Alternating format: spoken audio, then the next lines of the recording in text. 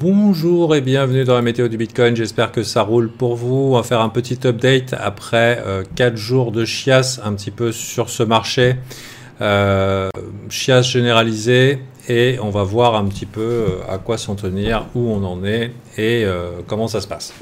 Donc d'abord on pouvait être enthousiaste avec un Bitcoin qui s'installait du côté haussier du nuage Ichimoku Daily. En général on aime bien voir une reprise de tendance avec des éléments contradictoires, des résistances dynamiques qu'on avait pu identifier, ne serait-ce que sous la forme d'une MA200 Daily, weekly, mais aussi les fameuses VWAP qui font de bons supports et résistances dynamiques dans cette zone et dans cette zone.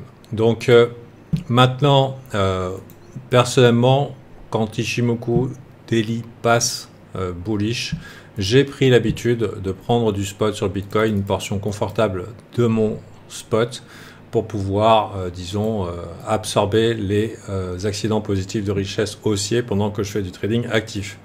Malheureusement, ça n'a pas fonctionné et on s'est retrouvé avec une fin de semaine particulièrement difficile, un dimanche qui voulait pas, avec les fameuses deux questions: qu'est-ce qu'essaye de faire le prix? Monter. Est-ce qu'il le fait bien? Non. Et il était potentiellement intéressant de se positionner ici, surtout le week-end dernier, pour la raison suivante, c'est qu'on avait pas mal de rejets ici, alors que le contexte macro, c'était les débuts de l'annonce de guerre en Israël et qu'on voyait une grosse poussée du dollar index et du coup beaucoup de pression au niveau des indices boursiers, avec des renvois au niveau des supports, des tests des supports. Ici, c'était support, mais pour le S&P 500, c'était bien installé sous les supports. Donc là, on était pour ce qui était de la fin de semaine dernière. Et les gens ont commencé, en plus de ça, à se faire franchement dessus à l'approche de la guerre. Personnellement, dans mon groupe, je faisais savoir que la guerre n'est pas forcément baissière. On a connu un énorme rallye 21 février, c'était au moment de l'annonce de la Russie qui envahit l'Ukraine, et on a eu un énorme rallye aussi au niveau des actions boursières. Et ici, ça n'a pas manqué depuis les bombardements et depuis toutes les menaces au niveau de la géopolitique mondiale. On a un marché qui rallie sans flancher pour le moment. Bien sûr, donc maintenant, il va commencer à tester des résistances. Et malheureusement pour nous, alors qu'on avait ce BTC qui était en force relative plutôt positif, enfin moi, malheureusement pour nous, nous les boules, entre guillemets, je veux dire, si vous étiez baissier, pour vous, c'était très bien. On avait quand même une force relative pendant tout ce temps-là, avec un Bitcoin qui était très fort tout le mois de septembre comparé aux indices boursiers et comparé au dollar index qui était en train de faire un méga rallye.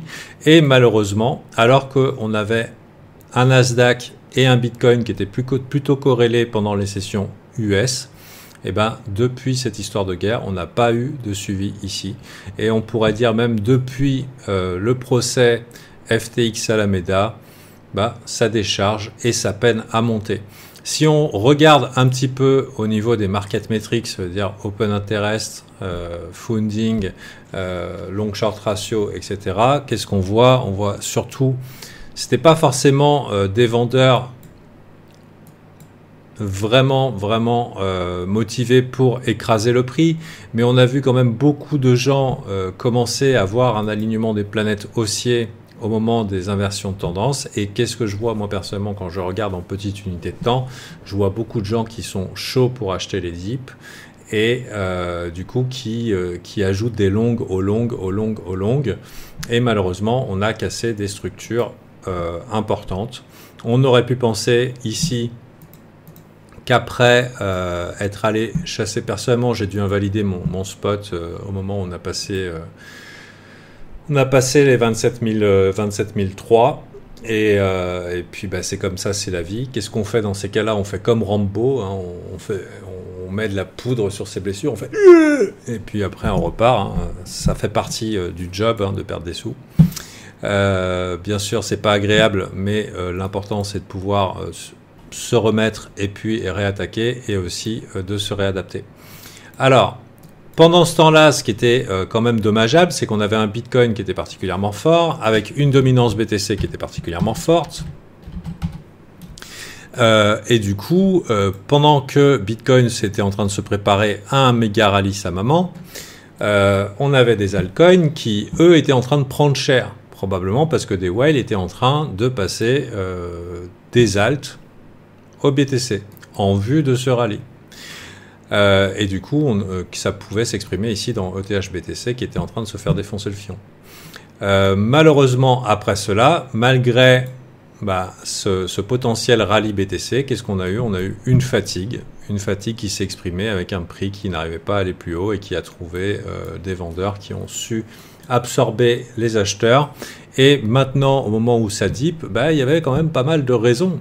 Tiens, d'ailleurs, même Ishimoku était passé bull, en tout cas en 12 heures, sur le CME. Bon, je m'étends parce que vous voulez savoir où ça va aller, mais sachez que en trading, la chose la plus proche de savoir ce que le marché va faire, la plus proche de prédire le futur, c'est d'observer le présent. Ceux qui prévoient le futur, à mon avis, se bercent d'illusions. D'ailleurs, spéculateur vient du mot latin speculare, qui veut dire observer. Donc tout ça, c'est de l'observation. Donc quand vous venez ici, malheureusement, si vous cherchez des calls, à part peut-être des contre-indications, ou je sais pas, il n'y a pas grand-chose. C'est ici un lot de variables que je vous offre pour vous aider à prendre des décisions. Toujours est-il que là, ça fait longtemps que c'est en train de vendre. On a ici des petites mèches. On est allé chercher pas mal de liquidités, mais malheureusement, il y en a qu'on a laissé quand même sur le carreau depuis longtemps. Ce sont celles qui sont ici, à peu près dans les 25 006.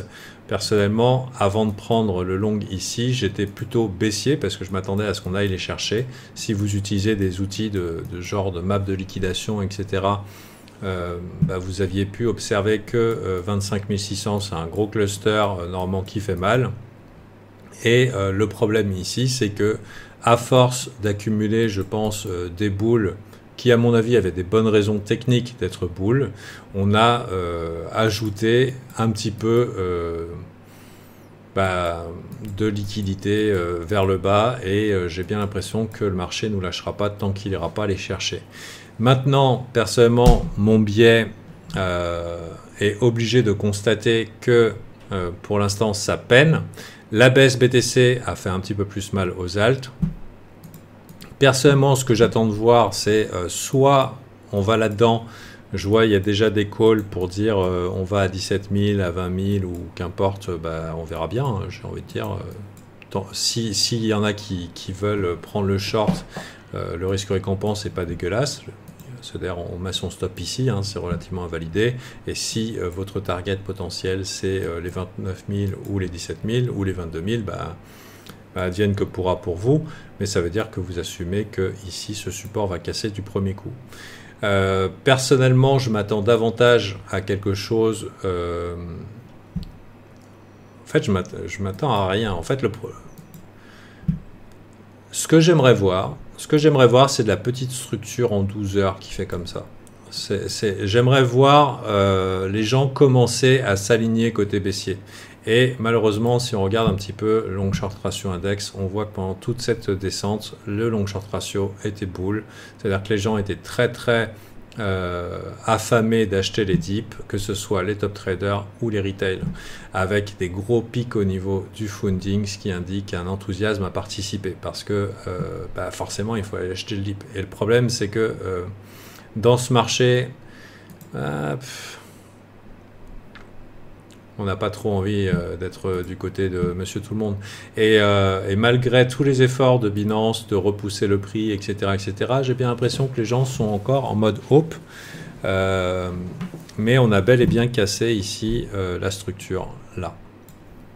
Le problème de ce cassage de structure, c'est que les rebonds sont a priori faits pour être vendus, sauf si on revenait à accepter ici. Donc, personnellement, j'aurais bien envie de me repositionner acheteur, pardon. J'aurais envie, sur un retest trop rapide, peut-être de vendre et voir comment ça se passe. Ou alors, laisser le prix faire une structure dans des unités de temps, genre 12 heures, 4 heures, qui montre qu'il y a un semblant de force. Et ici, vous voyez, il y a un full contrôle baissier. Hein. C'est que des bougies rouges. Et c'est même pas des bears qui agressent la tape. Hein. Si on regarde, la plupart du temps, c'est juste des boules qui se mettent dans du camp des boules et qui ajoutent des liquidations et des stops dans des endroits un petit peu plus méchants. Donc malheureusement, ça semble assez inéluctable. Il y a 2 points positifs à cette histoire. Il y a Jim Cramer qui a dit que le Bitcoin allait crasher. Il l'a dit hier. Il a dit il va crasher, big. Donc peut-être que ça va faire peur aux gens et ils vont se rallier peut-être à cette idée. Parce que je ne sais pas si vous savez, mais Jim Cramer, il a la solde de gens qui cherchent de la liquidité. Donc c'est intéressant il a un très très haut taux de réussite en contre-indication. Et on a eu aussi, dans la même journée, c'est-à-dire hier, Paul Tudor Jones qui a fait un speech pour dire que Bitcoin l'intéressait dans cette zone-là. Et Paul Tudor Jones est un des plus gros gestionnaires de fonds de cette génération, quelqu'un que j'admire énormément. Et pour la petite information, la dernière fois qu'il s'était positionné bull dans les médias pour le Bitcoin, c'était à peu près ici au niveau du prix. Donc c'était bien avant le bull market, mais le timing n'était pas, ou en tout cas le niveau n'était pas ultra dégueulasse. Donc à voir ici si le prix arrive à aller chercher les liquidations là. Peut-être, pourquoi pas, aller swipe les liquidations ici. On a quand même beaucoup de stops accumulés là. Mon seul problème ici vis-à-vis du Bitcoin, c'est que une majorité des participants sont bull et ont envie d'acheter le dip, ont envie d'acheter le bottom, et malheureusement, ça le rend un petit peu lourd. Maintenant, cette majorité de participants, c'est quoi? C'est des gens qui sont fortement investis depuis 2 ans, la plupart la tête sous l'eau ou qui n'ont plus de sous. Donc, en réalité, je ne m'attends pas à ce que le marché fasse des détours pour les quelques retails qui restent dans ce marché, parce qu'on a un niveau de désespoir qui est relativement intense. Donc il y a très très peu de survivants dans ce marché. C'est un marché qui a fait énormément de dégâts.